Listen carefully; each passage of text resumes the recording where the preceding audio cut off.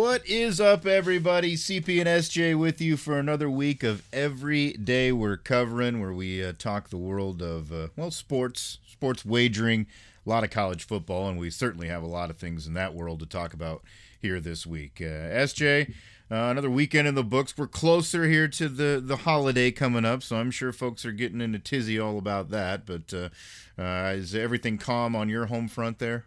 I think for the most part it was a little wacky, at least not having so many games on, just watching one at a time. I don't necessarily think I like that. So we'll be here next week. We'll get going again a little bit. It's for a few more weeks, but that put me out of sorts, at least not being able to watch more than one thing at a time. I will say at nighttime with some fights being on and some basketball games, there is a little bit more to watch there than just during the day. But I guess that gives us a chance to get other things done and hey, maybe spend some time with your family. Yeah. That's probably what a lot of us need.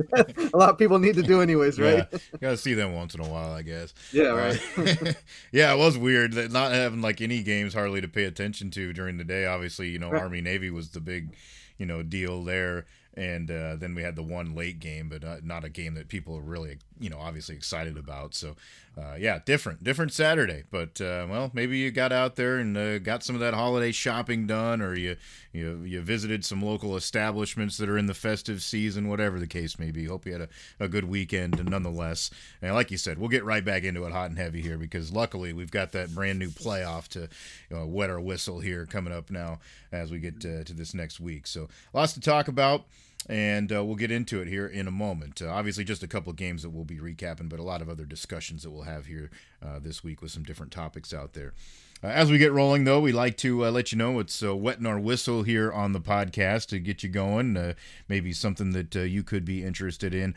I'm not going to give anybody anything that they don't already know about here today. Unfortunately, it was wing night here at the house, so usually when I'm doing that, I'm kind of going for that, like you mentioned before, the got to have the beer at the grill kind of scenario.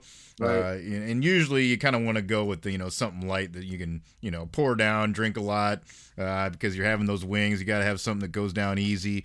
So I'm back on the Yingling flight here. My fine coworker Mike was kind enough to drop me off a half of a case, so I was like, "All right, I'll take it. You're gonna give it to me. I'll enjoy it." He's like, "Yeah, I've been kind of drinking more of the liquor here lately, so I'll give you some of these." I was like, "All right, no arguments here. What do you got pouring over there?"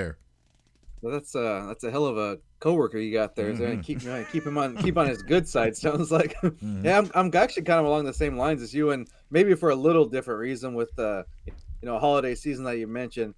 At the office, everyone's got to bring in their damn goodies, and I mean I'm not saying I don't like them. I'm like I better cut back because I mean we're pretty adventurous, like to get into some of the maybe higher calorie drinks, but I was like I better take it easy tonight after a little bit of that was I mean I guess you could call it homemade. I don't know what you call it, but some popcorn that somebody brought in that was real nice, like some Ooh. caramel corn and just a couple different options. Then of course you got the typical the fudges and the Mm. cookies and all that stuff. So I went with the Bud Light, man. I'm just pounding a couple BLs. Some I was like this will help me feel a little better about myself. So yeah, just with the holiday season, gotta cut back where we can, right? That is Yeah. definitely true. I know we've had a couple of those things at the office too here lately with the food, and yeah, then everybody just randomly brings something in, at some point, Like you and kind of guilted into like, well, I guess I better bring something. Then you're like, hmm I guess I'll just eat it if it's sitting there. yeah, it's a big snowball effect. Add on top of that, I've kind of been on the road the last couple of weekends here, going to different ball games and stuff. So obviously, you're usually not eating the best when you're doing that either. So yeah, I'm with you. To make up for it, though, I did grab the big Stein, so I've got the big There ass you go. beer. If that There you go. helps a Yeah. little Hey, bit. just yeah, just like the old days. Pour a couple of them in Yeah, there. we'll get back. We'll get a little more adventurous, and maybe next week or within due time. But yeah, this was one of those nights I just had to take it easy. Yeah, I'm with you. All right, so let's get into it. I think first things first, we'll go ahead and just get the games out of the way here that we had this last week. Obviously, Army Navy was the one that a lot of folks were looking forward to here this weekend, just because we always are. It's just an interesting game, like we talked about. A lot of the cool, kind of nostalgia that comes along with the game. And turned out to be quite a surprise as far as the results are concerned. And Navy did exactly what Navy should have done in the game. They got out to a lead, made Army play from behind, and that's not what they do well. And give Navy credit, because every time it seemed like I looked up, is like, man, they're making a good play there, or they're pushing the line here. They ran the ball well themselves. So just an impressive performance there from Navy. I don't think a lot of people saw that come in that direction. Yeah, it definitely did not, and that was kind of why I was scared to take that number, just because you could see it happening. It's like it wasn't very likely, honestly. Like Yeah. I doubt, a good amount of the money came in probably on our, covering that spread there. But it's just especially with this game. I mean, you always say with a rivalry game or whether conference championship recently was what we were more looking at. Had been a lot of those have been kind of you know went the way that they shouldn't have gone, according to at least the odds.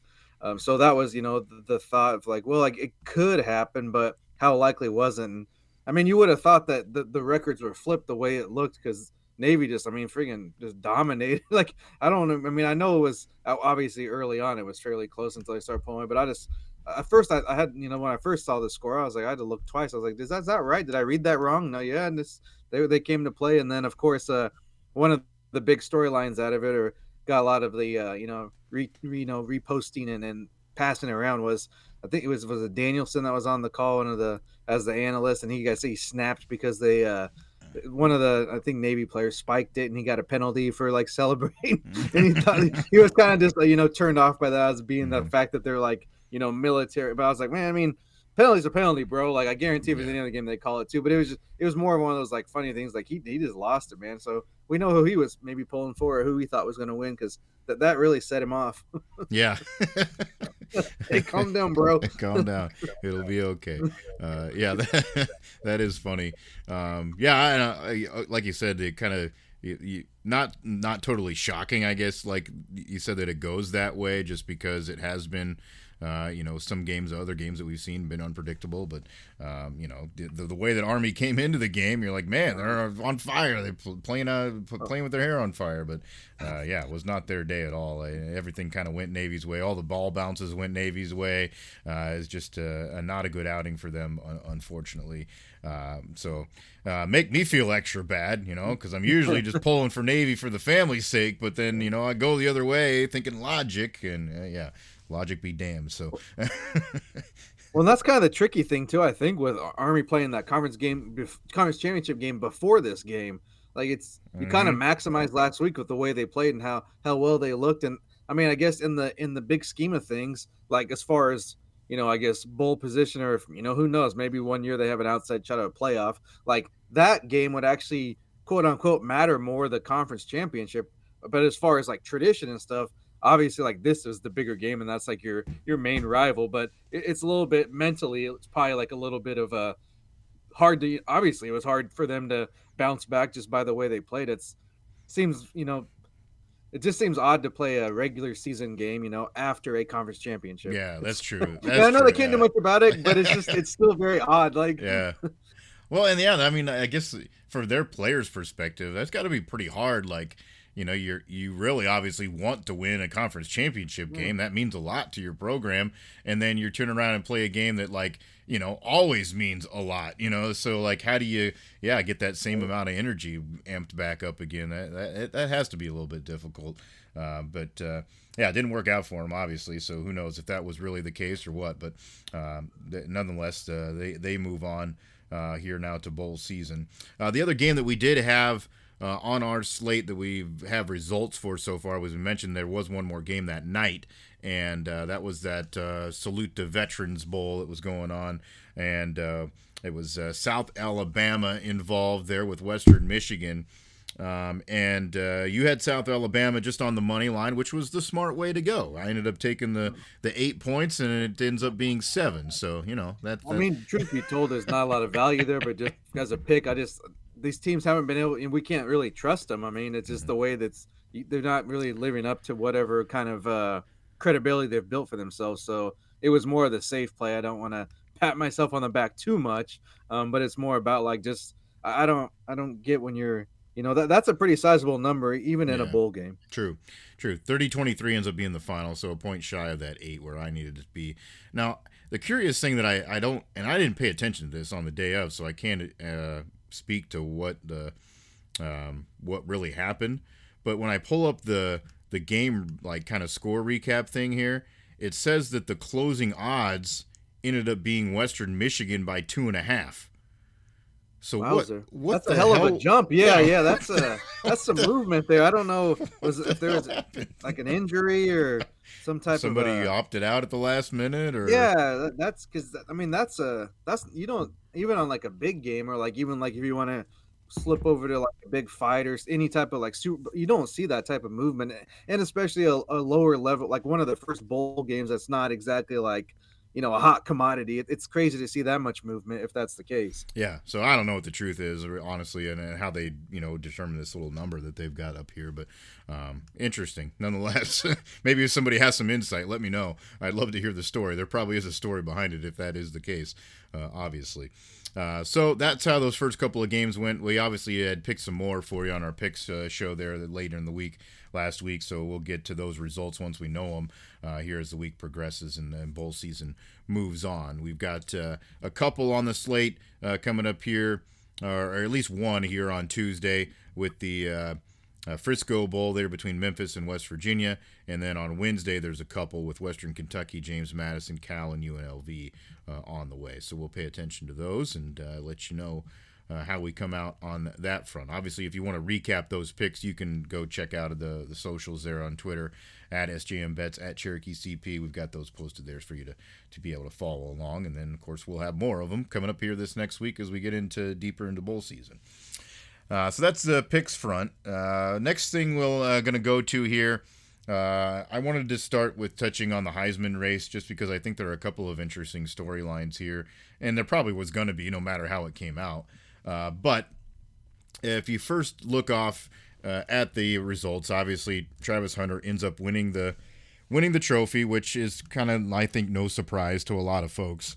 But it was interesting, I guess, to see how it played out, because I guess I was of the hope, we both were kind of obviously leaning a little bit more towards Jeanty just because of the historic numbers that he was able to put up. And I think we both kind of agreed, too, that, these are both two guys that are very deserving of winning this award. I mean, what Travis Hunter does is incredible. We haven't, shied away from saying that either. You don't see players do what he does. And that's why he wins the award this year, I think. But I was interested to see how the voting came out. And it did end up being actually a decently tight vote race. They both ended up with some pretty good numbers as far as what it came down to. It wasn't a runaway type victory for Hunter, which I was glad to see because I think that's how it should have been. I think it was definitely between those two guys, and it's nice to see, I guess, Jeanty at least get a little bit of that respect on that front. That that there were some people that were kind of looking at it as like this should be a tight vote. Yeah, that was a surprise in a good way of how, I mean, as far as this goes, obviously it wasn't like within, one or two votes. It wasn't like close like that. But as far, for an award vote, that's fairly close, considering, how they factor the winner and all that. The weird thing to me is like, whenever you're like, and I'm glad you like kind of qualified saying that. It's like, just because you think one guy should win it, it's not like you're saying the other guy is a freaking bum and like has no business being there, because that seems like the takeaway. Like if you were like if you wanted Jeanty to win, it's like then it's like, well, what do what do you got against what do you got against Hunter? What he's done this that. Like you're not saying that. You just thought his case was maybe a little stronger, and then the other way around too. If you did think Hunter, it's not in most cases, at least from us, like I can't speak for everybody, but it wasn't a thing of like diminishing to like build someone up. It was like we just thought it was kind of a little bit more of a rare occurrence, considering and I get that he plays both ways, but stat wise, without the exception of a couple categories, I don't think it was all that impressive. It was more of the feat of like being someone that plays both ways. Mm-hmm. And on my end, I don't think it, from my perspective, it didn't help with kind of a lot of the barking that started early in the season, where it's basically like already saying like, oh, you're trying to take this from him, you're not giving him this credit. And that was kind of the thing that kind of, I mean, that's a turnoff, but it has nothing to do with who should win. But that was definitely like something that kind of got annoying, especially after week. So yeah, it was good to see that it was that close, but I don't know. I guess it depends. Like kind of how you do view the award, because it's supposed to be the the best player in all of college football. It's gotten to be the quarterback on the best team, so it was good to at least see. Yeah. I know Boise's in the playoff, but it was good to see players from teams that maybe aren't all have a chance to really win the whole thing. Because Boise, even though they're in it, they're still got a that's still a long shot. Yeah. So that part of it was good as well. But I mean, I guess it was the best thing was that it was somewhat competitive and not just kind of like the popularity contest that it seemed like it was turning into. So I'm glad Yeah. for the most part that got avoided. I think in the grand scheme of things, maybe a little bit here and there is probably too much. But I mean that's kind of what you get with when you got coaches like Sanders and the like. Yeah. Yeah, and like you said, two non-quarterbacks, so that is cool.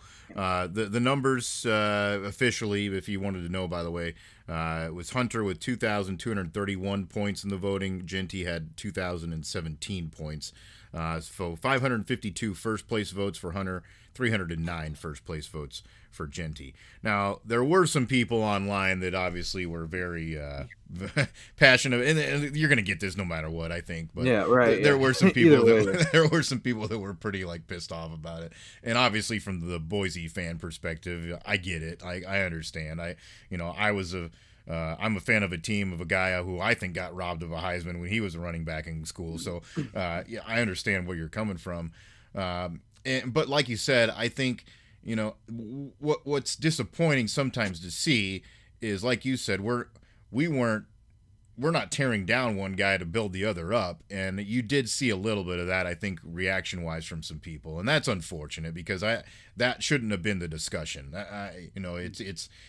Who do you think is more deserving? Just based on the overall play, I think both thought they were both deserving, but what do you value more? And that's what it came down to, I think, for a lot of the voters. And from the results, like I said, it kind of a little bit encourages me a little bit that it was the way it came out, because I think people were maybe fairly objective about that process, and obviously it was a tough decision for a lot of people. It came down to a close battle. So very Well, and like interesting. these things are so subjective too. It's like, and I think some people like feel like it should be cut and dry when it's really not, because you're not comparing apples to apples in most cases. Here, at least, they both played, offense, but Hunter played a lot defense. JT didn't get one defensive snap, so Mm-hmm. it's that's the tricky thing with this. And I think with I don't know, like in the past, it just seems like, and maybe we just didn't know any better because it always gone this way. But it did seem like a lot of years, at least growing up, I just felt like it seemed like, oh yeah, that guy's the best player by far. But now it just seems like the talent spread out a little bit more across the whole country. That Mm-hmm. it's harder to pinpoint who the best is, and best is, like I said, so subjective. Like, what is the Mm-hmm. best? Like, that's, I guess that's up for, and when you have a team, you're rooting for this team, and that's the player on your team, you're going to be biased. I Yeah. mean, and I think that's fine if you just admit it. Like, I want my guy to win. You should. I mean, he's on Yeah. your team. He's probably the reason you've won a lot of games. Like, you should want him to win. Like, Mm-hmm. but at least, put that out there and don't just, try to make an argument without that being like included in it. So Mm-hmm. I don't mean that, like you said, if one was up for it last year and then one this year, they both would have a Heisman. It's just, Yeah. timing is just like in a lot of life is just timing. Yeah. Yeah. No doubt. Well, and yeah, I guess that kind of puts it in perspective too. At the end of the day, it's an award. Like, these guys are both going to probably go on and have great pro careers and NFL careers, and it'll be an afterthought someday for them. But that's just the way it goes. Now, here's another thing that I wanted to bring up that I thought was very interesting. I heard from somebody else here today. Because we live in the world now of guys moving around, going from one place to another, and a lot of that is because they have the freedom to do so. Whereas, maybe before you had to, waste a year of eligibility to be able to do that. Now, this is probably not where you think I'm going with this, but I almost couldn't believe this when I heard this. So, 8 of the top 9 guys who got votes for the Heisman, they came and started their careers at either a group of 5 or an FCS school. I mean, who would have thought that day would come? Like, and I think that's largely due to the fact that, yeah, these guys, like, maybe they prove themselves somewhere else, had a chance to go to a bigger school. They could do it right away, and here we are. Lots of players all over. Well, and obviously, of course, because it's the award for FBS, they wouldn't have been on there. But even then, it's like that just shows you when it comes to talent evaluation how much of a crapshoot it really is. Because just because you think somebody's the 5-star or whatever doesn't mean that everything's going to come together where they can actually handle life as an adult, play for the right coach. Maybe it's not a good fit for their system. There's just a lot that goes into it. But yeah, that's wild. No one would. I don't think a lot of people would realize that. And even just when you look at it too, probably just in the last few years, just how many players, I mean, didn't won the award, even if it was the same level, won the award at a school that they didn't start with, even if it wasn't a level up or down, Yeah, like yeah. a Caleb Williams transferred, or Yeah. and Baker Mayfield was a Mhm. transfer. Like, I mean, just so many players, and then it's like, oh, this is so cool. They overcame the adversity. Yeah. But when it happens in the moment, it's like, oh, they don't care about their teammates. They're selfish. Yeah. All they want to do is to have all the glory for themselves. So Yeah. that's just another, just another, I guess, another layer to this discussion of it's all, timing, and also I guess perspective is a big part of it as well. Mhm. Yeah, and obviously there's a couple of guys on that list, and obviously the one who won it, who could have gone and played anywhere else. They chose to go to Jackson State and play for Right. Dion, and that was their choice at the time. But I think that that's another wrinkle of this too for Hunter himself that I think is interesting. Like, obviously it was about who it was for him at the time. Like, he's going to play for a guy who had a successful NFL career at the position that he plays, or that he knows he's going to play, like and a style that he wants to play. So that makes sense. But I think the other thing that's kind of intriguing about the guy too, and obviously I think it comes with you put the caveat of the Dion image, and then the a little bit of talk that he's probably done himself, with the attention stuff. But at the same time, he's also a guy that, like, openly admits that, like, he doesn't go out and party. He doesn't do things that he probably shouldn't be doing off the field. Like, he goes home and plays video games and does internet streaming. Like, Right. like, yeah, it's a guy that you really should, like, it's a pretty cool story. Like, he came from and decided to go to play at a smaller place just because, obviously it transitioned. He probably knew maybe that day was coming where he would move on to somewhere else, whether it be with Prime or not, but it worked out. He built himself up. Obviously, got the spotlight at the right moment, and here he is winning the trophy as the best player in college football. So I just think it is an intriguing story, and an intriguing guy, I guess, too, at the same time. I don't think many people looked at it that way, but this was a year. It's probably there wasn't like a wrong choice or a bad choice, however you want to term it. So, I mean, of course, everybody picks their sides like in every discussion, but both both are worthy of the award. And Mm-hmm. I mean, Ginty's going for some other hardware, so he's got Yeah. that going for him. He's got a bigger fish to fry. So, Exactly. man, at least you can lean on that and say, we're in the playoffs, so man, got more business in the hand. I Yeah. think he handled stuff well. And a lot of the just the media stuff and all, Mm-hmm. some of the questions I saw him give his answers. Like, I think he did a pretty good job knowing that he was probably up against it the whole Yeah. time. Yeah. Well, and that is cool too to see. I think he's kind of the same way. He's another guy that, like, obviously seems like a very good, role model for other people, and does things the right way too, on and off the field. So cool to see that too. Where you don't have those rotten eggs, I guess, so to speak, in the mix here this time around. So pretty interesting. And yeah, we'll obviously keep watching Mr. Ginty, and probably be rooting for him here. A lot of people will. I think everybody loves the underdog, and Boise Oh, State's the ultimate underdog Oh. of all time. So And they've had success in that role, Yeah. so you got to figure that's like if anybody's used to kind of slaying the Goliath or whatever whatever you want to call it, being the underdog pick, like they've proven they can do it. So we'll see if they can do it again. yeah. So another topic that we wanted to touch on here, as far as bowl season is concerned, interesting development for one particular bowl game. The Marshall Thundering Herd were slated to play in the Independence Bowl against Army, nonetheless, the team that was playing last weekend. And as Army was playing in that game, developments came out that Marshall was going to step aside and not play in the game. Because they have lots of players that are deciding to leave and go elsewhere. Their coach stepped down Apparently, there was a deal with like contract talks that went sour with him, so he just decided, I'm hell with it, I'm out of here. So they've got a new man in place, and a lot of guys made the choice, like you probably would, if you committed to a guy, a lot of times you decide to go somewhere else. So they decided they're out of the game.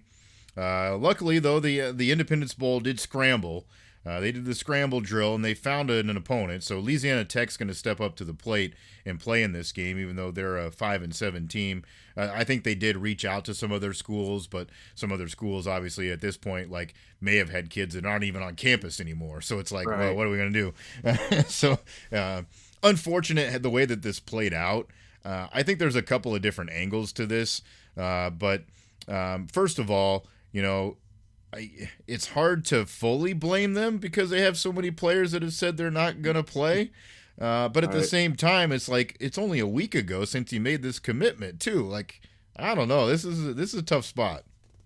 Yeah, there's of course the first thing is everyone that's like anti-portal anyways right away is like, see, here's the problem. Here's what's gonna happen. Every bowl game, it's like, bro, how many bowl games are there now? Like 40 or I don't know, whatever. And this happened once. So I don't think it's like a what do you call it? It's not like a freaking epidemic or anything like that. Trend, It's one time, and it does suck, especially for the players involved, because I mean, whatever bowl it is, it's still a reward, and you get there's a benefit to it when look at the practice time and kind of springboarding to your next season, and then just getting that getting a trip and getting whatever the spoils that come with it. That's I know a lot of players get paid, but not everyone's making a ton of money. So to have this type of things as a college kid is beneficial, even if a few bucks it comes in handy. We're speaking from experience. So any extra you can get in college is a good thing, even considering the landscape it is now. But this is just, there's not one thing in this situation that really you can point to, just because of how kind of chaotic it is with when you lose a coach, and then what's the team supposed to do? I mean, I understand you only need 11 and 11, but still, like, you're going to go into a game with 30 kids and expect to like be competitive, and how many of those are probably walk-ons, or not guys that are like your top recruits or your top players, because I'm guessing they're probably looking elsewhere, in trying to find a better fit where they can succeed next year, or want to sit in limbo there. So it's crazy, and it's not surprising, but I also don't think it's like something that is going to be like the norm. It's probably more of those like odd things, because I mean, there's always something wacky that happens with the Bulls. There's a lot of teams, even though it is a reward and it's like a cool thing, that don't really want to play, and you can tell when the game comes, they're just there for the fun of it and the trip. They're not really there for the game, because we do see a lot of blowouts in these games. So it's just like a crazy situation, and everyone wants to lay blame on like one thing. You can't really do it in this situation. Although they're going to try, the ones out there that are totally anti portal, but I don't. That seems like maybe the second or third reason that this happened to me, at least just looking at it from the outside. Yeah. I mean, there's a couple of sides to the decision itself. I think the one thing, like I said at the beginning, it sucks, is like, you literally made this choice a week ago, and now you can't, like, come on, like, you had to have some inclination that this was probably going to be a problem, and maybe not agree to it in the first place. Because I do think it sucks for, like, especially for the people running that bowl game. Like, they're working their ass off to try to make something happen. I mean, the Independence Bowl itself is notorious for one that's been working like hell just to keep the bowl game alive. Like, because the city loves it, like, they love it. They want it to happen. They've had like 10 different sponsors. A couple of years they've just called it the Independence Bowl, and it's been like privately funded, basically. So yeah, I mean, it sucks for them. They're trying to do what they can to have some fun and have a game there. But at the same time, like you said with the roster situation, I don't know. I didn't dig, deep into the weeds on who's who and whatever. But it did sound like there were a decent amount of starters that were still left on this team. But I also saw a note, and I don't know if this was true or not, that like their top three quarterbacks were ones that were going to be in the portal. So then what do you? I was going to say, if it's a certain position, you're done. It doesn't matter. You could have your full roster. If you don't have a quarterback, kind of screwed, right? Yeah. What are you going to do? Like, somebody's going to learn the playbook in a couple weeks? Like, there we go. Yeah, bring it back. I don't know. Well, like, when you mentioned the bowl games too, like another. Obviously, we're looking at it from like the game itself and the players and like the competitive nature of it. But these, a lot of these smaller bowls, and it's like a economic boost. It's the tourism that they need. Is so Hmm. they want these things to go on. And it's kind of like maybe people that live in the area, come to this bowl game every year. It's like their Christmas vacation or whatever, whatever Hmm. it may be. I know there's, especially when it comes to college, there's a lot of events like that, like College World Series right up the road Hmm. from both of us. It's like it's a huge boost to the area, and that, I mean, obviously if you're transferring, you're not worried about the economic Yeah. impacts. But I mean, when you look at the whole picture, like it does matter, like that type of thing, kind of that factors into the equation as well. Yeah. Well, and yeah, like no offense to Shreveport, but like nobody's going to Shreveport to go to Shreveport most of the time. So like this is their thing. Like, yeah, they're having a moment here. So yeah, Mhm. I think that sucks. And I guess the other interesting part of this too that I would like to have a little bit of insight or just be a fly on the wall is like, what was that conversation like in the locker room? Like, did they have a vote? Like, was the coach like, Yeah. hey, we've lost X number of players, guys. How many still want to play in this thing? Kind of, because I don't know Yeah. how they make the decision. That's got to be hard too. Like, either it's like comes from the top and you just make it, or do you get input from everybody involved? Because obviously, some of those players are going to think that sucks. Like, they still wanted to play, a few of them probably. I don't know. That's hard. That's hard for a coach, and especially a new coach. It's not even his problem. And I'm sure part of it too, the school administration doesn't want to, I know they probably want to, take advantage of like putting their school out there, but you also don't want to like be embarrassed. And the whole storyline is going to be like, well, this school only has 30 players, and they're just going to keep going over and over. Like, it's kind of it's That's not true. something you want probably spotlight. If you want to spotlight your, maybe something about your university or how successful your team's been, but you don't want to keep, and that's what's going to be the a talking point the whole time. And I'm sure they will still bring it up, like this isn't the original opponent. The reason Uh-huh. that five Oh and yeah. seven Louisiana Tech win this, so I guess you're gonna get besmirched either way. But at least you won't get blown out on top of that, I guess. So Yeah. maybe they took the lesser of two evils. I don't know. Yeah. Took the L where they could, I guess. Yeah, I don't know. Interesting. Obviously, a very intriguing scenario. Like we don't expect this thing, like we said, to kind of be a trend or anything, but obviously, it's an interesting talking point. That's for sure. And kind of transitioning into that too. The next thing we were going to talk about here, and I'm kind of go around in a weird circle here, but I wanted to bring this part up because it was part of what was said. So the next topic we were going to kind of jump to here. There were some comments made recently here by UTSA head coach Jeff Traylor. And it was kind of in response to some things that have happened at some other schools too, with kids, deciding that they are going to enter the portal. And I think the portal window obviously is something that we'll talk about here in a second too. But one of the comments that he made was in regard to bowl season in general, and I think this is kind of what it also relates back to this Marshall deal. He said that bowl season to him is almost a separate thing from the regular season, and he said it just taken some coaches time to get used to that, and that's true. Like you said, there are some kids that in teams that we've seen that just don't care anymore. And then a lot of times when you have had in the past some players decide to sit out that are going to go pro, obviously the young guys get in there, so it's kind of a whole different deal. Like you're getting these new guys ready for the next time around, and it's their opportunity to have a moment in the sun. So yeah, it's just different from the way it's always been, and maybe that's just the way we have to accept it. It's going to be. Yeah, I mean, it's a lot of it. Like we said before, I guess we're gonna be the word of the night is the perspective of it, and kind of seeing, are you against it, are you for it, or are you just like what's the end game here? Because if to me, of course, like a lot of what he said lines up with my way of thinking. So of course I'm gonna be like, oh yeah, you're a smart guy, whatever, blah blah. But I mean, just common sense wise, there isn't, it's like kind of just we said before. It was just like, okay, you're free, do whatever you want now, start paying people, and it's like, if there's nothing in place to prevent certain things, people are going to do that. So Mm-hmm. I mean, that comes with the territory. So that's why I'm looking at the general view of it. But I mean, what's are you in it for, like, do you just want you to get the good players and everybody else to have to get whatever's left behind? Do you want what's best for the student athletes?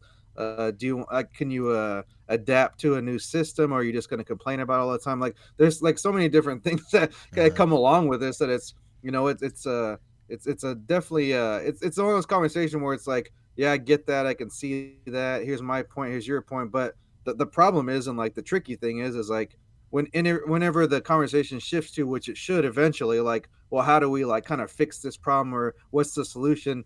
I don't think anybody that I've seen, at least including like myself, has like a concrete, like Hmm. perfect like solution to it, because it's just such a there's so much that goes into just, you know, every case is like a case by case thing. It's all a different type of situation. And Hmm. I know, how do you say no to one thing and yes to the other? That was always kind of one thing I found interesting about, like when the people would submit for a medical red shirt with the NCAA, and so many would get approved when it's like, and then another Yeah. thing that was like literally like a legitimate Yeah. hardship, and they're like, nah, you're good. Yeah. And it kind of, a lot of it depended on like how good the school was doing. It seemed like if they were having success, it's Hmm. like, no, they don't need any more good players. You go ahead and, move on with your life. So Hmm. yeah, I mean, of course, like I said, I align with a lot of what, these comments, where it's like, you know it's easy thing to blame the kids and be like they don't care, like I said before, in a jokingly, but in a serious way too. It's easy to be like, oh, they're selfish,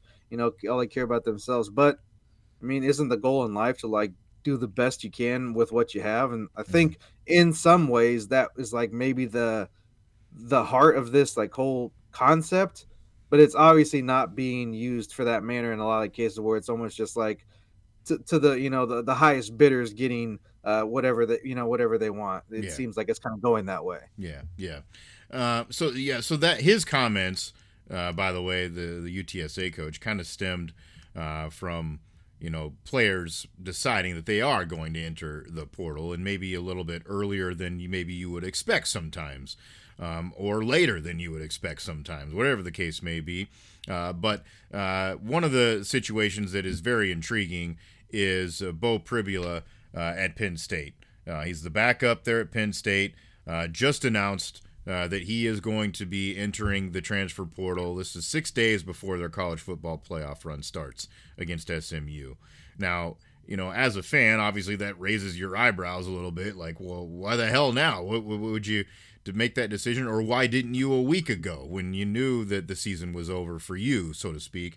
Um, so yeah, I mean, it brings up a number of different scenarios here, but for him in particular, it's one of those situations too where like you almost can't blame the kid, because he's like he has to make the choice now, or else he puts himself in a worse position. Drew Aller is the starter there at Penn State. He has announced that he's going to be back next year. So Pribula kind of saw the writing on the wall, like, well, this isn't my job. I'm going to go try to play somewhere else, which, we've come to know now that's what kids are going to do. Like, if they can't play, they're probably not going to stick around. That's usually what happens, and especially if you know that they're a good player, which he has proven he is. He's gotten in a couple of games and played well when Aller was hurt. But it also does bring up that other side of the coin too. Like, everybody's like, well, what if Aller gets hurt? Well, yeah, this is what sucks. Like, Yeah, yeah. what are we Well, gonna like do? the thing is, yeah, that's tough. And this probably, I mean, my perspective on this would probably more align with those anti-portal people on this one, because I kind of feel like it's fine if you want to transfer, but it seems like he felt like he needed to save face in this instance, and Hmm. he didn't want people to know he's going to transfer until the season was over. But like we were talking offline, technically the season is over. Like, Hmm. this is the postseason, so I mean, I understand that it's still part of your season, but if you're not going to be a part of the team going forward, if I was his teammate or the coach or whatever, I say, I mean, best of luck to you. We're gonna go our separate ways, Hmm. and and that's the way it's gonna be. So I don't I understand, like, if you want kind of the other people, you do kind of have to take the consequences of those actions along with it. But I mean, I agree that it's definitely the timetable and all that is messed up, and not it's not not in the best interest of anybody involved, whether it be Hmm. the team you're going to, the team you're leaving, your teammates, the coaches, anybody. But that's the situation you're in. That part of the issues is like you have to, if you're going to be an adult and make adult decisions, you just kind of have to go with it, and you know whatever people say about you. Just moving on. That's gotta, accept it now because you're gonna have some of that stuff in life moving forward. So you might as well get used to it now. Mm-hmm. Yeah, and the UTSA coach, their trailer, he made some comments to saying that, like, it's just more like the free agency of the professional ranks now. He's like, as a coach, it's just we're trying to guess essentially what the players are going to do, like if they're going to make that choice on how to go into the portal. It's the way college football's kind of become. And I mean, that would take a little exception with that because you're gonna tell me these coaches aren't putting out feelers for Oh yeah, way ahead of so like that part I didn't. I was like, now this a little bit too much of a victimization yeah, role there to yeah. me. Uh huh. But no, I mean, as a whole, I do agree with it. But I'm like, no one's gonna, even in these instances. I don't think most of these kids are gonna just enter just to see what's out there. They at Yeah. least have a couple options, and then maybe they're gonna see if they can go above that. And we've seen a lot of these kids go back to the school where they left, which probably Mm-hmm. was a leverage move to maybe get more money from the school they're at. Yeah. So Yeah. I mean that's the bad part of this. It's how it is because how it's set up, you can kind of do that type of Yeah. stuff. But I don't think it's a guessing game. I think if someone's in or out, or you should if you have a good pulse of your program. Not everybody, but in most cases, I think you'll have a good idea. But I do think he's on the right track. Yeah.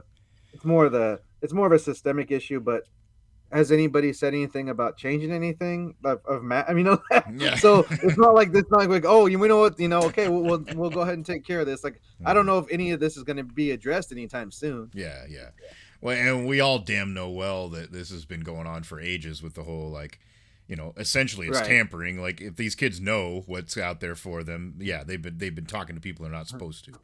It used to be like you'd get a ridiculous punishment sometimes if somebody got called out for it. Well, that's obviously not the case anymore. But yeah, it's the collision problem. Like everything happens at once. The portal is decisions, and that opens up. Now we've got this playoff that's expanded, so there's more teams that have more on the line that continue to see. This used to just be like a 2-team, 4-team problem. Now it's a 12-team problem. Right. So yeah, it's going to get more scrutinized. And then you've also got the whole thing about the other wrinkle of it that we've seen in the past. Kids just making that decision for the next level too. Like, do I want to keep playing because my future is on the line with making money? Well, now that money's infused into this college game a little bit more easily, it does change things a little bit. And I think the only little bit of solution I think that you're going to have to help at least getting guys to play that may be leaving, whether it be bowl game or playoff. I think playoff, obviously, that gives you that extra incentive, and most of these guys aren't going to back away from that. But as far as bowl games, to keep those things alive outside of this playoff, it's going to come to a point where we're talking about this revenue sharing, and then it's a revenue share of the game. That the money that you would get from the game is going to be distributed to the players, and that's your incentive to go play in this bowl game and represent your team still. And I think that ultimately solves a little bit of that problem. There's still going to be some of that, but that maybe helps it along the way. Yeah, I mean, if you want a perfect system, then the keep guess. I mean, that doesn't exist in any facet of life. So it's you're gonna have to just do the best you can do. That would be great. And then I don't know how you can, I guess do this in like a legal way or make it so it's across the board type of thing, some uniformity. But any type of like contract system they could institute where it's you're agreeing to this much money for this many years, and if not, it's that money either goes back or whatever Mm-hmm. the case may be with any type of contract. That's about those are two of the only things I could think of that would, yeah, at some way kind of minimize some of this some of these transactions, I guess you want to call them, that are going on right now. Yeah. Well, and the interesting thing too, I thought, because I thought for a second, when I'm thinking about this as far as the portal window is concerned, because we've obviously bitched about the fact that there are two windows to begin with, and we are kind of the opinion maybe the late window was almost more of the problem than the early one, because then it was like, well, now damn, you got a couple of months to make your decision, and somebody gets back in front of the into a program, and it's like, well, yeah, okay, now you're going to play. Like, how the hell does that work out? But the other side of it, I think, is if you because I was thinking, well, what if you just move that portal window back a little bit? What if you moved it back a little bit to after the bowl season, the playoff season, and then those kids could make that decision and be okay. But the problem with that inherently is this involves a college. Like, they're going to go back to school. So, like, if they're going to make that choice, they're going to make it now because they might enroll somewhere else, like, immediately and start the next semester somewhere else, let alone, knowing next year they're going to play there. So that causes a wrinkle. And I think what we were just saying there, too, maybe there's a way to work that, too. Like, you say, okay, the window's still going to be there.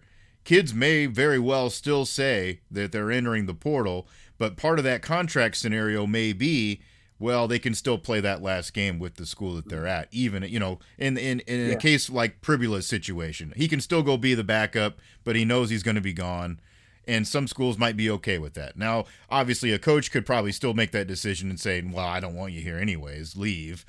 That's But at least you're living up to your part of the contract in that case. The player would be, so yeah, that's on. Yeah, if you wanna avoid it, that's on you, buddy boy. But yeah, that's that would be something I definitely could entertain. And then you're kind of putting the onus back on the system rather than you making kind of making whatever kind of playing in that gray area. Mm-hmm.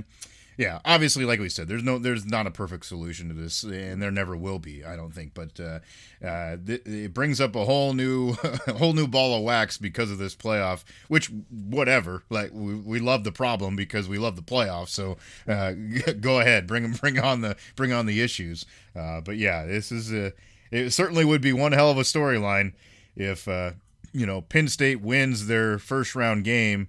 Drew Aller gets hurt on the last play of the game, and then they're like, what the hell? What are we going to do? So, that would be the ultimate kick in the nuts, but that's what we're looking at here. So interesting. Yeah, I think there's a lot. I mean, you could carry on with that discussion in so many ways for a long time, and we probably will at some point down the road. But it just very interesting topic. Obviously, as if someone's listening here, we'd love to have your feedback too, and maybe you got an idea that somebody hasn't thought of before. I'd love to hear some of those scenarios because it's fun to kind of play that out and think of how could this work and how could this be fair to everybody, or at least most fair to everybody. It's fun to kind of hash. Yeah, last word on this for me. Like you said, we could talk about this for probably all night, and we probably would if we could. But I did hear an interesting comment from another podcast I was listening to. How this guy was an NFL veteran, and when he got in the league about the time that that free agency was a thing, because it obviously used to not be, right. So you just had contracts, and then you go contract to contract. But when that became a thing, it was kind of like the fan reaction, at least amongst a good section of the population, was, oh, that's going to ruin the NFL. It's not going to be the same game and all that. And that was some 30 years ago, and I'd say the NFL is still doing pretty good there. Still a pretty popular game. So that's and now that's kind of, I bring that up. Obviously, we're talking about cultural, but that's kind of it seems like that's a sentiment amongst a good, I don't want to say a good portion, but a portion of like the college football fan base, or whatever you want to call it, people that watch fan base. It's hard to know with with these with the bots the way they are these days online. So I'll in good faith I'll say that these are mostly human beings. I don't know though. It's hard to tell these days. But either way, there is still, when you listen to a talk show, a call-in show, whatever, there's still a good amount of people that are kind of saying like, I'm not going to watch anymore. I hate this. And we know they're not going to. It's like an emotional comment. But I do think it's something that they're going to have to definitely address and kind of figure out a system here. But I don't think it's going to definitely, it's not going to be, anything where it's like the end of college football are going to change that much. There's too much, especially with college, there's too much like built-in, like, families have sent their kids to this school for decades or centuries in some cases. I mean, you grow up like that's like usually that's like your first team you cheer for as a college team before any professional level, and there's like just too much emotional investment in the tradition and the pride and all that. I just don't see college sports ever going away like at all. Anything, I'd feel more concerned if I was a professional team in any league than I would a college team.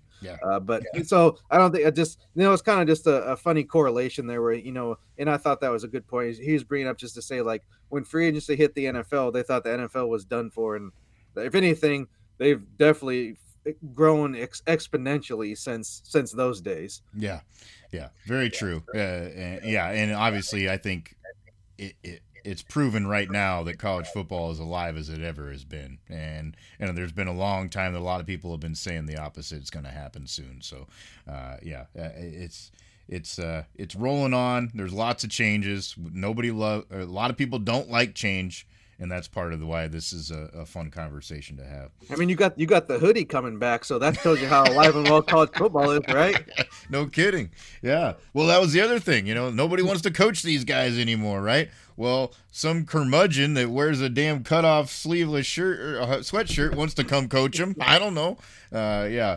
That was made official. Obviously, we talked about this in the previous weeks that Bill Belichick was kind of sniffing around potentially at the UNC job, and lo and behold, they did get him to sign the dotted line. So Bill Belichick, the new head coach at North Carolina.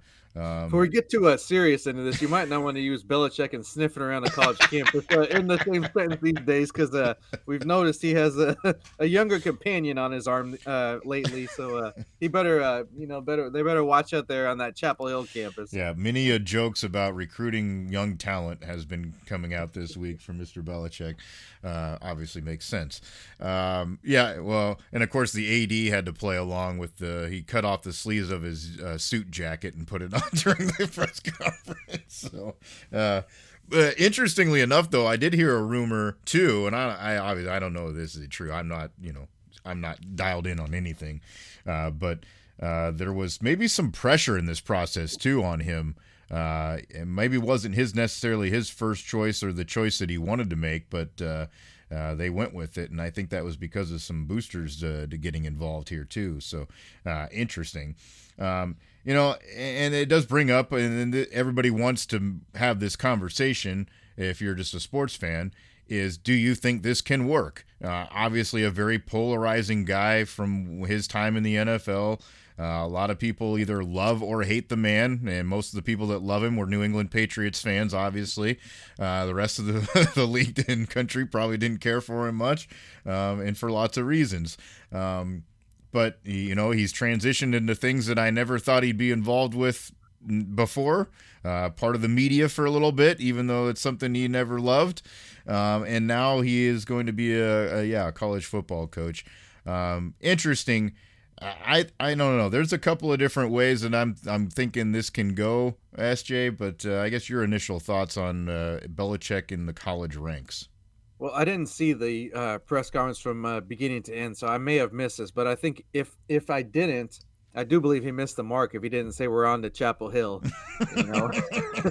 That would have just been money right there. Now, as far as like this is like as out of left field as you could get. Serious, like who would have ever thought? I mean, you can't even picture somebody like that, like an NFL lifer, like ever do. I mean, I could have maybe seen him coming back as like a coordinator. Mm-hmm. I know there was talk of him in the Raiders with people wanting to throw the Tom Brady connection. Like I don't honestly think that was kind of like at a certain time and place. I don't even know if they're really that good of a call. Yeah, friends, let alone anything else. Like from I think people read a little bit too much into that relationship. I don't know if there's a lot there, but just being anywhere in the college game is surprising. It's going to be very strange to see him on a college football sideline. That's and then in North Carolina, no less. And I know they've had a few good teams here and there, but it's not exactly like obviously college basketball is, that's what they're known for. They're not exactly known for the football side of things.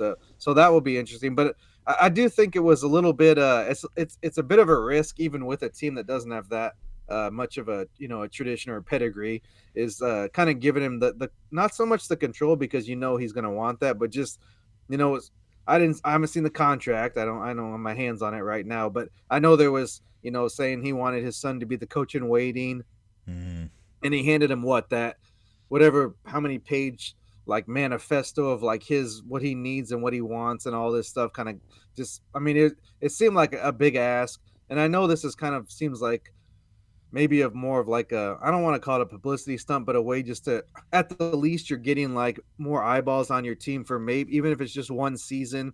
People are gonna make, I got to check out Belichick. I got to see how this looks in the college game. So I do think like X's and O's, I think you'll come up with something, the recruiting side of things might be a little bit, could be a little tricky, but I mean, they should have some funds there to spread around there with being able to get players. So I don't think that'll be necessarily a big issue. And as far as like conference wise, like it, it's maybe there's not a lot of stability there, but while you still have it, there's the chance. I mean, it's Yeah. not that. I mean, what do you have, like a 1 in 4 chance to win the league and maybe get to the championship game, something like that. 1 in 5, I mean, if you consider contenders, Hmm. 5 or 6 teams that are really in it to win it. So maybe he's looking at that, saying, I got to just maybe get by a Clemson and a Miami, and of course I know SMU made a run this year, but are they going to still be that Yeah. here Yeah. down the road in a couple years? I wouldn't think so. It's not impossible, but it doesn't look like that's going to be like a sustained effort. I mean, stranger things have happened, but I'd be a little shocked at that. So as far as, I mean, I can see why he did it in those ways, but it's just that kind of personality. It's kind of like I know he's not like very, like he's obviously not very like he's not well spoken. He's not like really entertaining in like the Hmm. traditional sense, but like in his own way he is. So it's kind of like Hmm. just to see him in this new position will be interesting at the least.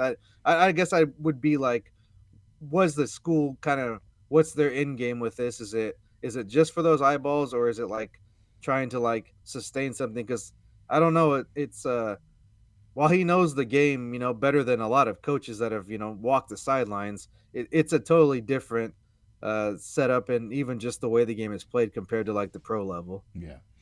Well, and yeah, initially, like, hell yeah, they want the attention. Like, Yeah.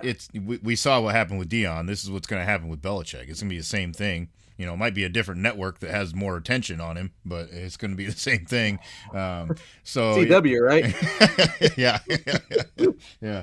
Um, yeah, like I don't know. Yeah, the guy, I don't know. He's an intriguing individual. Like yeah, like you said, the personality thing is like hard to pinpoint, but he certainly does have a persona, so to speak. Interesting that a school like North Carolina has had the last two coaches that they've had too. Like, I thought Mac Brown was a hell of a pull for him. Like, pretty respected guy, and he did some good things there. Like, honestly, like what you can't be disappointed about that either. And now you get a name like this. When I first thought about it, and I've gone a couple of different ways on this, because I was like, well, if it's gonna work in any era, this is the era that it can work, because now things have changed. Like Yeah. you've turned it more into a pro game because the money is involved openly now, so it's Yeah, it's different. like the checkbook. If you got the checkbook, you have the chance to maybe pull something off. Yeah, yeah. And I thought too initially, like, well, he can be the manager, and he can hire the other guys to be coordinators, and he just, kind of do his thing. But then after I got to thinking about it, I'm like, well, is that really him though? Like, he doesn't seem like the guy that wants to be the GM, so to speak. Like, he does seem like a nuts and bolts coach kind of guy. He wants to be on the field working with players. So maybe it's going to be the other way around. Maybe he brings in guys around him that are going to do the office work, so to speak, Yeah. and then he can just go, putz around on the field and teach ball. That's what he wants to do. So I don't know. This is going to be an interesting thing to see, like what that staff looks like, and yeah, how does he operate on the sidelines in the college game? Because yeah, it certainly will get attention. But I don't know. It's going to be intriguing to me because I think that there's a different line there with this guy. And it could be wrong because I always never covered a team he's coached or never even been around anything close to that. But to me, I think he'd want to be the GM, but he'd want to be the GM, the coach, the assistant coach, Hmm. the locker room attendant, the janitor. I mean, that's what I mean. He just seems like a kind of overbearing type of control freak, which in the NFL, that's kind of what you have to do. We've seen over and over these coaches friggin' sleeping in their damn offices and never leaving. It's just like a maniacal type of behavior, but if it gets them to where they want to go, they're willing to do it.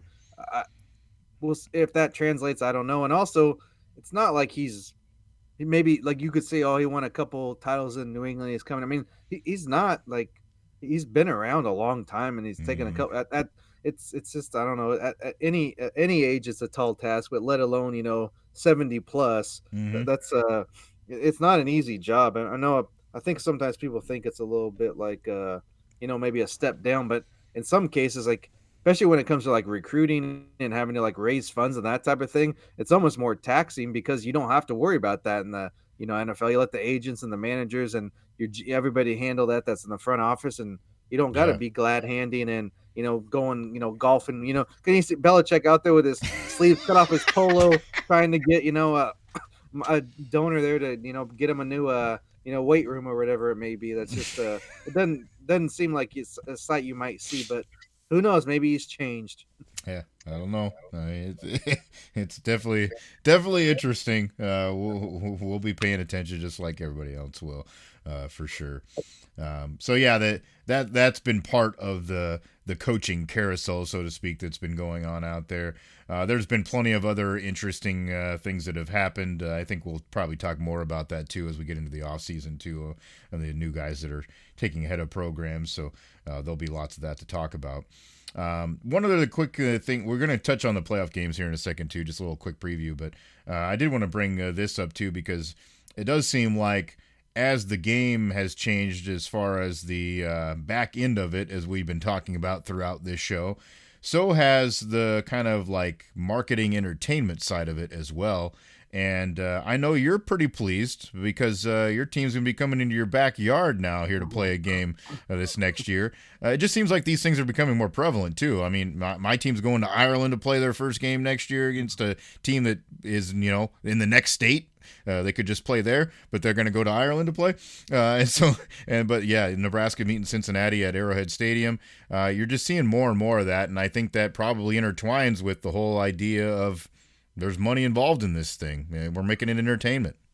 Well, there's always been a few schools. Maybe more than a few that been kind of like the national recruiting was possible for them to kind of give them an advantage. But now that you do need to kind of up your game when it comes to recruiting, I don't think many teams are looking at that like regional or even in state like they used to. They know they need to go across the country, and what better way to showcase your program than have a game in somebody's backyard. And I know, especially in the case you brought up with Nebraska, like they've really been hitting that Kansas City area pretty hard with recruits, and I know they have a connection there to they've got a couple the coaches from this area have gone up to take jobs up there recently, with one of them being the assistant line coach for the Chiefs. So it's not obviously it's a good thing to move around and promote your program. I think it's you might as well utilize these. And also for me, in my case, I'm glad that you don't have to make a whatever 2-hour drive or whatever. So I think that's another benefit of Ireland doesn't exactly help out on I don't know, I'm sure there's a Cyclone chapter of alumni out there somewhere in Dublin, but it doesn't make that easier. But it is a good showcase for your team, and typically that's like one of the first games of the season, and you're gonna have a national audience. So that part of it is like that's a good move, I think. Get your get this, you get the own that time slot or whatever to kind of just be like the whole country that's watching gets to see just your team. So, but with all these stadiums, and I don't know, maybe in some cases it's easier for to go to like a pro stadium that kind of has all the bells and whistles and a lot stadium renovations going around across the country, of course, always every year. But some schools aren't really in that situation to be able to do that. So maybe you give your fans another chance and do something like that. And I know a lot of that was from Cincinnati was kind of hoping to raise some money for their because it's their home game. That moved. It was initially supposed to be at Lucas Oil Stadium in Indianapolis, but then they ended up going here. And I'm sure it's going to be a pretty packed house there, being that close to Lincoln. It'll be a pretty good crowd, and Cincinnati will, at least in one case, reap the financial benefits at the least. So they're probably willing to take that risk. Yeah.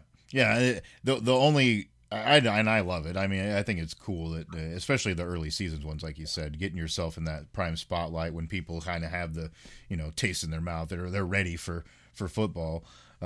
That's cool. The only caveat I have from it is from like a season ticket holder perspective. It always sucks when you lose a game. You get, now you're gonna not let me have another game I can go to, sure, and you're gonna charge me the same amount of money for the ones that I can go to, is what's gonna happen here. But you take the lumps with it, I guess. Definitely see that perspective. I guess it's because if it's a home game, it's a totally different world. It's like, but it's For me, it's right in the backyard, so I have no complaints in Yeah. this case, which that's usually not the case because usually it seems like they feel like screwing the fans over more than throwing them a bone. So it was Yeah. nice to see that news. Yeah, for sure. So yeah, there'll be plenty of those, and I'm sure we'll get more of those types of announcements here down the road too. That things shake up, and I think there are some conferences still that haven't even fully set the whole slate for the next year. But so moving on, we are going to touch a little bit here. We'll kind of just do a little quick hitter here on each of these playoff games that are coming up, because obviously we'll get more in depth with this as we get closer, and we'll be making our picks later on in the week as well. But we did want to kind of give you a little bit of a quick preview of our thoughts here on these matchups. It will start with the State of Indiana Championship coming up on Friday the 20th, as 8th-ranked Indiana will be at 5th-ranked Notre Dame for a 7 o'clock kickoff. I understand that there is freezing temperatures and snow involved in the forecast, so that's good. That's what we want, at least if it's going to be in these places. Let's make it reality. Notre Dame right now I'm seeing as a 7-point favorite here in this game. SJ, your initial thoughts on this one? Well, yeah, I mean it's great for viewing pleasure. Probably that's not something that a team that's so offensively minded and I guess high I don't know if I would call it high tempo, but definitely pass heavy. Yeah, big play type. Indiana team probably doesn't necessarily like that forecast, and I mean not to we're not going to give away our picks now, but definitely my initial lean would just be to Notre Dame for the fact of the running back in that running game. We saw when Indiana did. I know it's one game, but that's all we really have to go off of. Where you can say they faced a formidable running attack, and it didn't go too well against Ohio State. So I think that probably point spreads where it needs to be at, and of course, the home field advantage is another thing we got to factor in as well. That's I mean, to me, I when I put eyeballs on it and walked the grounds there in South Bend, I wasn't all impressed. But either way, it's one of those storied venues. You gotta give that a point or two in addition to that. So yeah, this could be honestly, this seems like maybe almost one of the tougher games to pinpoint how exactly it's going to play out. So to me, that might be like one of the better games here we have in the first round. Yeah, it's an interesting matchup for sure, just because of the nature of where the teams are. That makes it fun. I'm with you. I'm kind of my initial lean is Notre Dame, just because they've been more consistent, and Indiana, when they had their moment, didn't really shine in their moment. Granted, they started okay in that game against Ohio State. It just kind of unraveled after they had some special teams blunders, and it just all went downhill on them. So, maybe it was one of those snowball type days, so you can write that away just a touch. But there'll be some snowballs again, it sounds like. So. Oh yeah, no kidding. Yeah, just don't throw them on the field, goddammit. Right, yeah. Oh, they would never do that. Those law-abiding Catholics. They would never do such a thing. Yeah, oh, no way. Yeah. So then we move on to the other games on Saturday.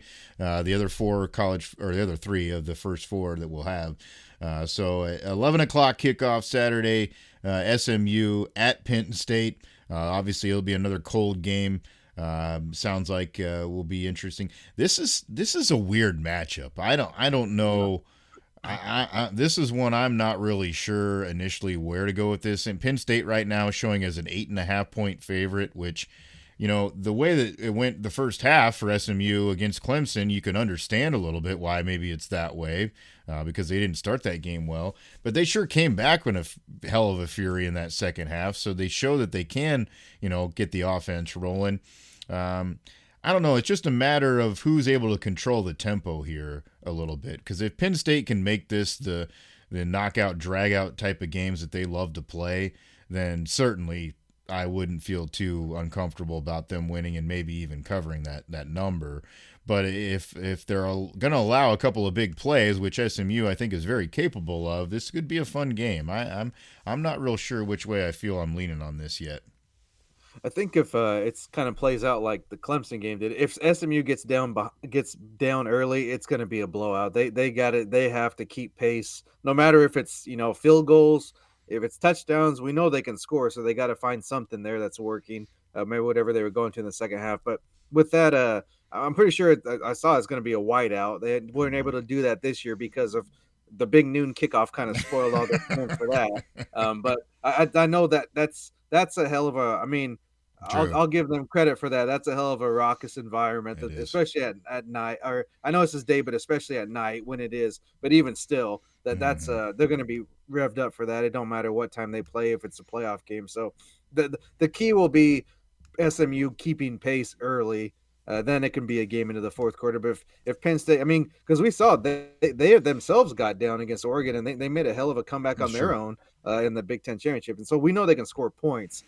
They don't do it consistently, but they have that ability. So if they're able to find something and maybe get a 10, 14-point lead, I think it's trouble for SMU. I mean, obviously it goes without saying, but I don't think they're going to be able to make the comeback that they made last week. I think it could get really out of hand and be a 30-point win, and we're looking for something else to watch Hmm. before the next game comes on. Yeah. So hopefully that's not the case. But with 4 games, we're probably going to see at least one blowout, right? I mean, I hope not, Hmm. but it's just really hard to avoid that in these situations. Yeah, I think that analysis makes sense.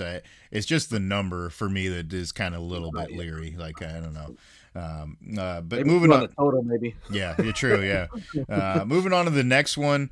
And this is weird because I've heard from a couple of different people that I listen to that they felt like this ends up being a bad situation really for Texas when you're the three, overall in the country, and you end up with this matchup with a Clemson team that, does have experience. They do have a coach that's won multiple national titles. They obviously played maybe their best towards the end of the year to get in this spot. So that maybe makes it a little more difficult. But at the same time, I don't know. I'm not seeing it. I just think this Texas team is way more consistent than Clemson has been this season. Yeah, granted, Texas didn't necessarily beat anybody of note either, but when they played good teams, it's not like they got blown out. Like they just lost in overtime to Georgia. Like, you can be too upset about that. Like I don't know. I think Texas is the much better team here. Granted, the number is big. It's 11.5 right now, but at home with a team that obviously is hungry for proving themselves in these moments. They did get the chance last year, but it's been a climb back up the hill, so to speak, for what Texas thinks they are. So I think that crowd will be ready to roll. I don't know. I just don't see Clemson keeping pace in this. I don't know. What do you think? Oh, you have to add me to that list of skeptics there, buddy.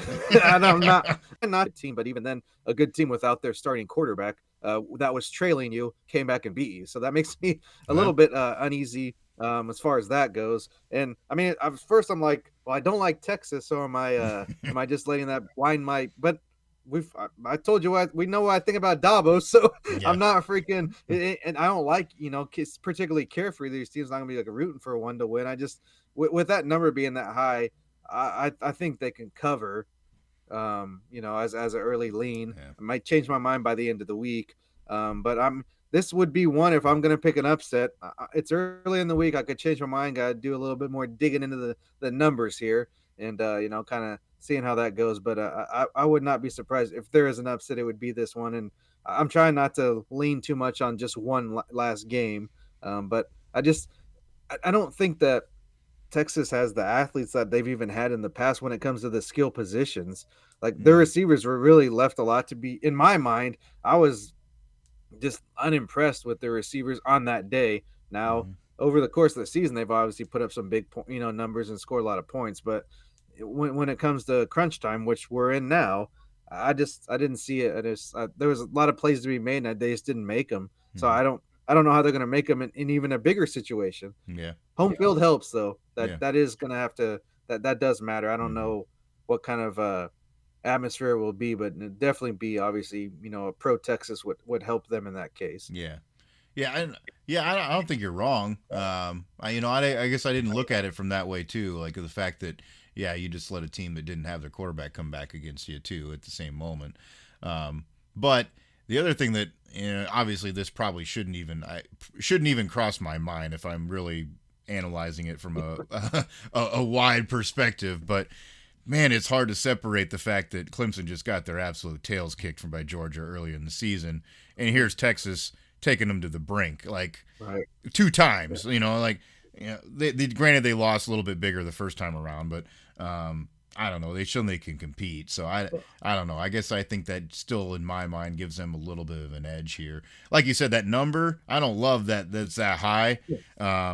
Especially if it comes down, then I'm gonna feel a little bit better about it. I don't know. We'll see where it's at here later in the week, but yeah, that is a big spot, especially in a playoff game. Like it's hard to say that any team's gonna win by 2 scores guaranteed. That's pretty hard to say. Yeah, and I could see Clemson get out athleted if it does come to that. I mean, matching up on paper, Texas definitely has more horses than they have. But is Bevo going to be in the house? I mean, I would assume a home game, but does the playoff have certain rules and regulations for live mascots? Because that might have been what did them in last week or last game. Who knows? You might be right. There. Last one might be the most tantalizing matchup here of the weekend. I think we've already said that when we saw the matchups come out. But 6th-ranked Ohio State gets to welcome in 7th-ranked Tennessee. 7 o'clock kickoff at the Horseshoe. Right now, Ohio State sitting as a 7-point favorite here in this game. The total at 47.5. This should be a fun football game. I don't know. You look at it you can look at this a number of different ways because I think both teams have had their highs and lows here this year. I think there's been points at the season where a lot of analysts would have said, oh yeah, Ohio State looks like a team that could win the national championship. And then there was moments, especially early in the year, where people like Tennessee might be the best team in college football. But as the season played out, they both had their kind of duds. So who's going to rise to the occasion here? It certainly does sound like there's going to be a hell of a representation from Tennessee here in this game. I heard some rumors about the code getting out and the Tennessee fans gobbling up some seats here at the Shoe, so that's going to be fun. But as far as the football goes, this is going to be a good matchup. I mean, Tennessee's defense, I think, is really, really good when they're on their game. They can do some things, especially up front. They can really disrupt people. And where Ohio State struggles is kind of making those split decisions and then making the big plays in the passing game. They've got the guys to throw it to, but can they do it under pressure? And that hasn't happened for them. So it's going to be a fun matchup. Yeah, this seems like one of those matchups that you kind of envisioned when you thought of the playoff, like teams that don't play very often unless it's with all the marbles on the line. And in this case, when you have the home field factoring in, this would be one that maybe if weather is going to be a factor, I don't think Tennessee's played too many games below 50 degrees probably. Mm-hmm. So, I mean, if it's going to be a factor, I don't lean too heavily on that because they got the coats, they got the heaters, they got whatever, they got Under Armour, they're fine. I mean, I know it's not their sponsor, but they got the whatever, Dry Fit, whatever the hell, whoever makes whatever, I don't know, they Nike probably. Yeah. But the quarterback play is obviously favors Tennessee by far. Like, that's not even a question. Mm-hmm. As far as like athletes across the board, it might be a push. I don't think, mm-hmm. Either one really has an advantage. Both have great players. I think the best thing that if it plays out like I think it could, which would be my initial lean. The best thing that happened to Ohio State was that Michigan loss. Getting them like maybe refocused, kind of realizing that maybe you're not as good as you thought, and you need to kind of bring your A game every day. If they didn't know that by now, they should have. But it seems like something got lost in translation there. I know the popular thing to do is kind of crap on Ryan Day, which I'm not sold on him being like a great coach either. But they do still have players. Like, you can't really deny that. They got 5 stars at every position. So talent-wise, there's no reason they shouldn't be up there with the best in the country. So like I said, if it's to play out like I think it could, and I do think it will be a close game, though. And it's probably be the best game of the whole, could be the best game of the whole weekend outside of that Notre Dame and Indiana. I do think the best thing that happened would be that Michigan loss. Yeah, I'm with you a little bit on that too, because I think at the end of the day, if it's going to come down to player on player, you just feel like there's some of those dudes on that Ohio State offense that like eventually somebody's going to do something really special and ridiculous, right? Like they've got arguably one of the best, if not the best, receiving cores in college football, and obviously the quarterback's probably not up to the level that they would love to have in order to be really good. And then one of those elite teams. If they did have it, then yeah, maybe we're not having the same discussion. But I think Howard is good enough at times if he can settle in to be able to just get the ball somewhere where one of those dudes is going to do something. And I think eventually that's going to break through for them a little bit more than it has so far this season. And I think you're right. Maybe that motivation factor is probably there too, because I'm sure they've all been hearing it all week. Oh yeah, you guys aren't what you thought you were. Oh, you lost to Michigan again. You suck. Your coach sucks. Like, yeah, they're going to be ready to play in this game. So I'm with you. I kind of lean that way too. But it's going to be a hell of a battle. It'll be a fun game to watch for sure. So that's what we've got on the slate here for this first round of the college football playoff. Hope you're looking forward to it as much as we are, and I'm sure everybody else that's a college football fan is definitely in that same boat. This is going to be great. We'll obviously have our picks out for you later on here this week. We'll do a little bit more analysis, and hopefully we'll have a little bit more knowledge too on things that maybe have changed leading up to these games, if there are any people that are out or in or whatever case may be. And then also, of course, if the lines have moved a little bit here by the end of the week too, you probably know that that's going to happen, because I'm sure all these games are going to get some pretty good action. So that's definitely a factor. But if you would, of course, follow us on the socials and want to give us any shout-outs or give us any opinions on what you think might happen, we'd love that. At SJM Bets, at Cherokee CP, those are our handles there on Twitter. It's where we interact the most, and I think most of the kind of sports journalism world obviously does interact the most, so you can do that there. We'd love it if you would like and share this podcast. So available on all the major platforms, including our host at Spotify, but anywhere you find it, or any platform you love to use, you're going to find us. So do that. And then also, of course, subscribe and get those notifications on that YouTube channel so you can see those picks that we'll deliver to you here later on this week. I think overall on the season, we've done a pretty decent job here for you. And it maybe hasn't been a banner year, so to speak, but we've been pretty middle of the road for you. We're not guarantee you to, put you on the beach in Maui or anything, but at least have we'd some be fun. There already if that was the case. Yeah, no kidding. Yeah, exactly. I wouldn't be doing this no more. Or maybe I would, just because it'd be fun. Yeah, we'd have a better background. That's all. Yeah, maybe a little coconut drink. That's it. Yeah, exactly. All right. So that's what we've got coming up for you this week. We appreciate it. Yeah, if you join us in any way, shape, or form, we'd always love that. That's SJ Munoz. I'm Chris Parks. Thanks for joining us for another week of Every Day We're Covering. We'll see you next time for some more covers.